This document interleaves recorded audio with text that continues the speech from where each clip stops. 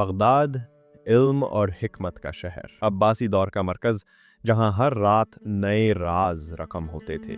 اور اسی شہر میں ایک عالم رہتا تھا، عبد القادر، جو علم کا پیاسا تھا۔ لیکن اس کی پیاس عام علم تک محدود نہیں تھی، وہ کچھ اور چاہتا تھا، ایسا جو انسان کے بس سے باہر تھا۔ عبد القادر رات رات بھر کتب خانے میں بیٹھا رہتا، پرانی تحریریں، قرآنی تفسیر، نجوم اور حکمت کی کتابیں۔ ایک دن اسے ایک پرچے میں اجنبی ذکر ملا، کتاب سلیمانی، ایک ایسی کتاب جو جنات اور انسانوں کے بیچ چھپے راز کھولتی تھی۔ اس دن سے عبد القادر کی دنیا بدل گئی۔ اسے محسوس ہوا کہ اس کا علم ادھورا ہے جب تک وہ یہ کتاب حاصل نہ کر لے۔ عبد القادر بزرگوں اور صوفیوں سے ملنے لگا، بغداد کے بازاروں میں اجنبی لوگوں سے سوال کرتا رہا۔ کہیں سے معلوم ہوا کہ بغداد کی ندی کے نیچے ایک مزار ہے جہاں وہ کتاب دفن ہے، مگر وہاں جانا خطرہ ہے، کیونکہ وہ مزار صرف روحانی طہارت اور قوت رکھنے والا ہی کھول سکتا ہے۔ عبد القادر نے روزے رکھے، عبادت کی اور تسبیح شروع کی تاکہ اپنی روح کو پاک کرے اور مزار تک رسائی حاصل کرے۔ رات کا وقت، طوفان، بارش کی بوندیں۔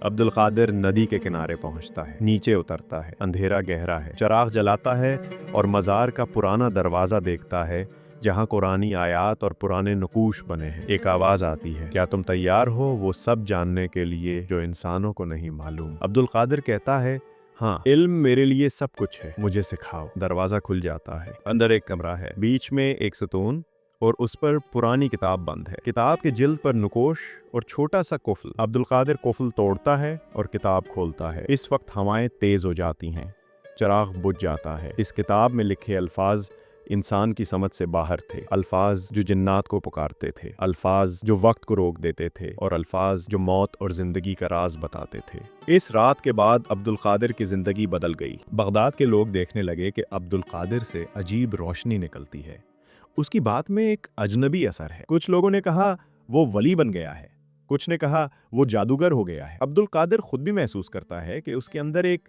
ایسی قوت ہے جو اس نے مانگی تھی، مگر اس کے ساتھ ایک سایہ بھی ہے۔ جب انسان علم کا دروازہ توڑ دیتا ہے تو وہ صرف حکمت نہیں، امتحان بھی پاتا ہے۔ ایک دن رات کے وقت عبد القادر مسجد میں گر پڑتا ہے، آنکھوں سے آنسو، دل سے دعا، یا اللہ مجھے معاف کر دے، میں اس علم کے پیچھے بھاگا جو صرف تیرے لیے تھا۔ اس وقت وہ کتاب خود ہی جل اٹھتی ہے، راکھ بن کر ہوا میں اڑ جاتی ہے۔ عبد القادر بے ہوش ہو جاتا ہے۔ صبح اٹھتا ہے تو وہ پھر سے ایک عام آدمی ہے۔ علم تو رہ گیا ہے مگر وہ قوت چلی گئی ہے۔ عبد القادر نے سیکھا کہ اصل علم وہ ہے جو انسان کو اللہ کے قریب کرے، نہ کہ اسے خود پسند بنا دے۔ ہر دور میں لوگ ایسے رازوں کے پیچھے بھاگتے ہیں، مگر اصل راز ایک ہی ہے، علم صرف روح کی ترقی کے لیے ہے، طاقت کے لیے نہیں۔ یہ تھا قصہ بغداد کے عالم اور جادو کی کتاب کا۔